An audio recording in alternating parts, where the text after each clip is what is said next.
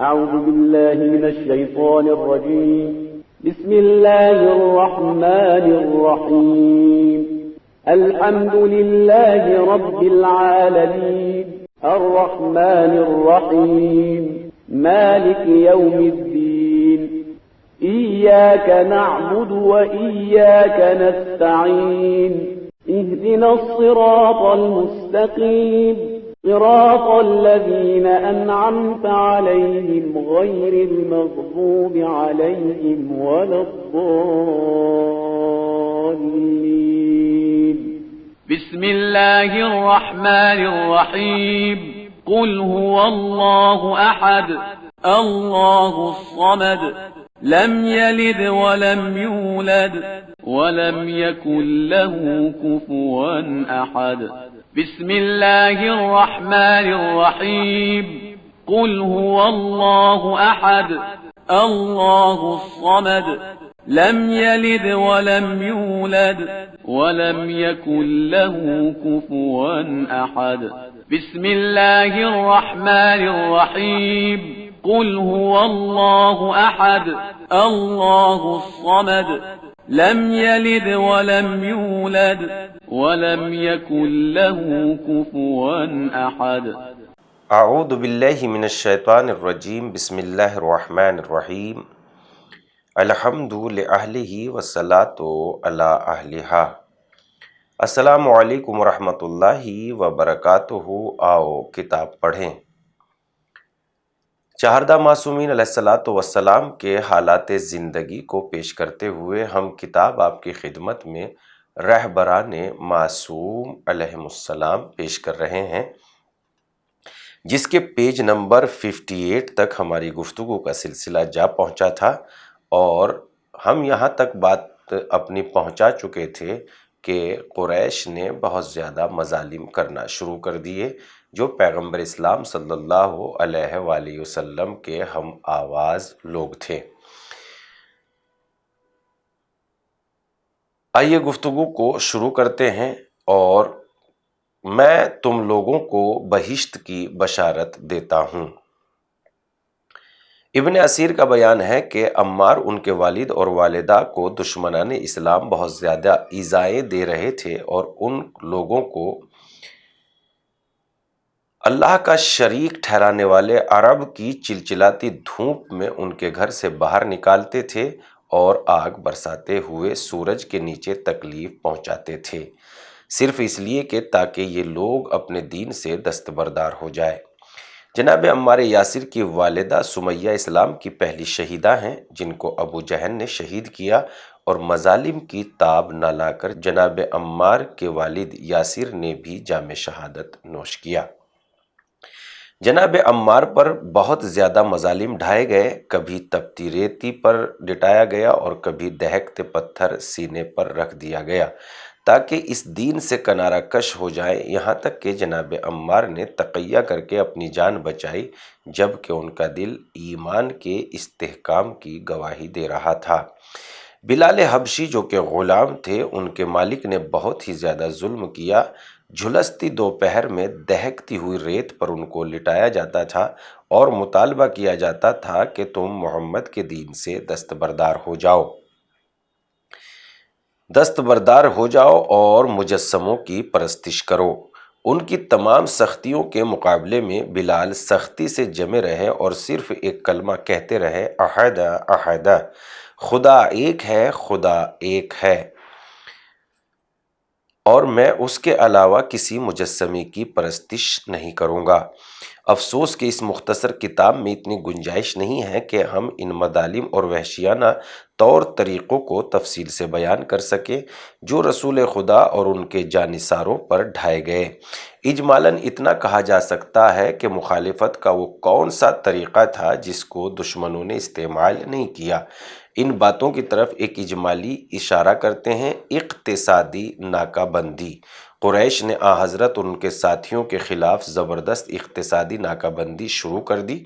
حضرت اور ان کے ساتھیوں کے ساتھ ہر طرح کی خرید و فروخت بند کر دی تاکہ اس طرح حضرت اور ان کے باوفا ساتھیوں کو اقتصادی طور پر اتنا زیادہ کمزور کرایا جائے کہ وہ فخر و فاقہ سے عاجز ہو کر دین اسلام سے دور ہو جائیں۔ روحانی اذیت، مسلمانوں سے تمام سماجی روابط منقطع کر لیے اور اس طرح کے الزامات تراشے جانے لگے، جھوٹی باتیں پھیلائی جانے لگی اور اس طرح پیغمبر اسلام اور ان کے ساتھیوں کو روحانی اذیتیں پہنچائی گئیں تاکہ مسلمان فکری طور پر بھی پریشان اور مضطرب ہو جائے۔ جسمانی اذیت، وحشیانہ طریقے، قسم قسم کے مظالم تاکہ اس انقلاب کو ناکام بنایا جا سکے، اتنی زیادہ جسمانی اذیت دی گئی کہ لوگ موت سے ہمکنار ہو گئے۔ ان تمام مظالم اور وحشیانہ طریقوں کے باوجود اسلام اس طرح پھیلتا رہا اور مسلمانوں کی تعداد میں اضافہ ہوتا رہا۔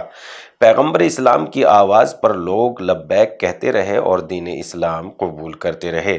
مسلمانوں نے بے پناہ مظالم، اذیت اور تکلیفیں برداشت کی مگر اسلام سے دستبردار نہیں ہوئے اور اسلام کی راہ میں ثابت قدمی سے ڈٹے رہے۔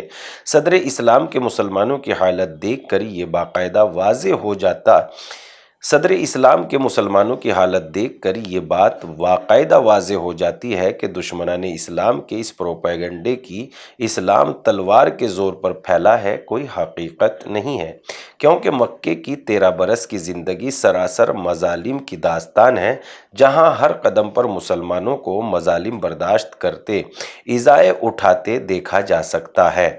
مسلمانوں کا صبر و استقامت ہی اسلام کی ترقی کا سبب ہے۔ پیغمبر اسلام صلی اللہ علیہ وآلہ وسلم کی ہجرت، آغاز تاریخ، مقاصد کے لیے ترک وطن، مسلسل مخالفت، کارشکنی، ایذا رسانی وہ نقوش تھے جو مکے والوں کے چہرے پر باقاعدہ نظر آ رہے تھے۔ پیغمبر اسلام دیکھ رہے تھے کہ یہ لوگ تعصب، جہالت اور غلط رسم و رواج میں اس طرح گرفتار ہیں کہ آسانی سے اپنے عقائد سے دستبردار نہیں ہوں گے۔ ان کو گرداب ہلاکت سے نجات دلانے کے لیے قربانیوں اور فداکاریوں کی سخت ضرورت ہے۔ پیغمبر اسلام کی دور بین نگاہیں دیکھ رہی تھی کہ اس وادی میں کس قدر نشیب و فراز ہے۔ ان تمام چیزوں کو ذہن میں رکھتے ہوئے پیغمبر اسلام نے تبلیغ کا آوازہ بلند کیا تھا، صبر و استقامت کی راہ اختیار کی تھی۔ 12 سال تک مسلسل مکے میں طرح طرح کی مخالفتوں کا سامنا کرتے رہے، لیکن دشمنوں نے اپنا رویہ نہیں بدلا اور وہ اس طرح شیطان کے اشاروں پر چلتے رہے اور اسلام کے خلاف اپنی ساری توانائی صرف کر دی۔ ایسی صورت میں پیغمبر اسلام کی عالمی رسالت اس بات کا تقاضا کر رہی تھی کہ مرکز بدل دیا جائے، کوئی مناسب جگہ اختیار کی جائے تاکہ اس کو مرکز بنایا جائے اور وہاں سے تبلیغ کی جائے، اور مکے سے ہجرت کر لینا چاہیے اب جبکہ جناب ابو طالب کا بھی انتقال ہو چکا ہے اور اب کوئی ایسا نہیں ہے جو آڑے وقت میں کام آ سکے اور جس کا رعب و دبدبہ دشمنوں کے دلوں پر بیٹھا ہو۔ یثرب ہموار زمین، قبیلہ خزرج کے بعض معتبر اور محترم افراد حج کے موسم میں مکہ تشریف لائے اور مسجد الحرام میں رسول اللہ صلی اللہ علیہ وآلہ وسلم سے ملاقات کی۔ رسول خدا صلی اللہ علیہ وآلہ وسلم نے انہیں اسلام کی دعوت دی جو برادری اور برابری کی تعلیم دیتا ہے۔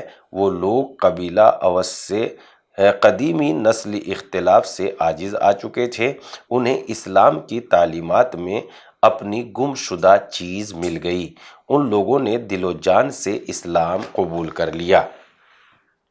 جب یہ لوگ مکے سے یثرب واپس جانے لگے تو پیغمبر اسلام سے یہ درخواست کی کہ ہمارے لیے کوئی مبلغ بھی معین کر دیجئے جو ہمیں دین کی تعلیم دے۔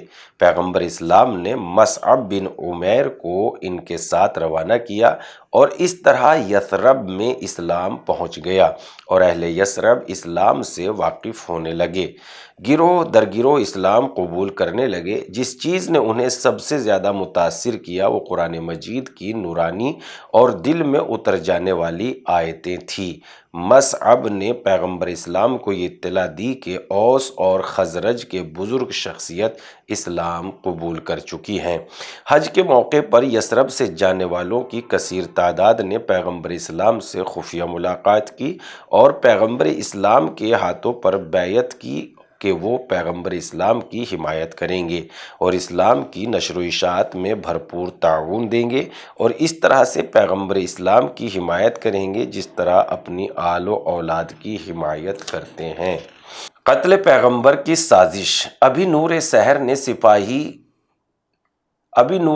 نے سیاہی شب کا پردہ چاک نہیں کیا تھا کہ قریش تک یہ خبر پہنچ گئی کہ یثرب کے مسلمانوں نے پیغمبر اسلام سے معاہدہ کیا ہے۔ وہ لوگ یہ کوشش کرنے لگے کہ کسی طرح یہ معاہدہ منسوخ کرایا جائے تاکہ پیغمبر اسلام کا دین پھیلنے نہ پائے، اس لیے سرداران قریش دار الندوہ جہاں قریش فیصلوں کے لیے اکٹھا ہوتے تھے میں جمع ہوئے۔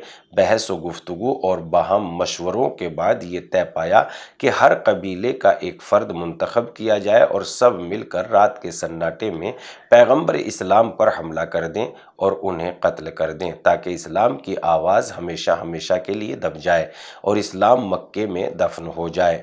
خداوند عالم نے پیغمبر کو دشمنوں کی اس گھناؤنی سازش سے باخبر کر دیا اور ساتھ ہی ساتھ یہ پیغام بھی بھیجا کہ راتوں رات مکہ چھوڑ دیجیے۔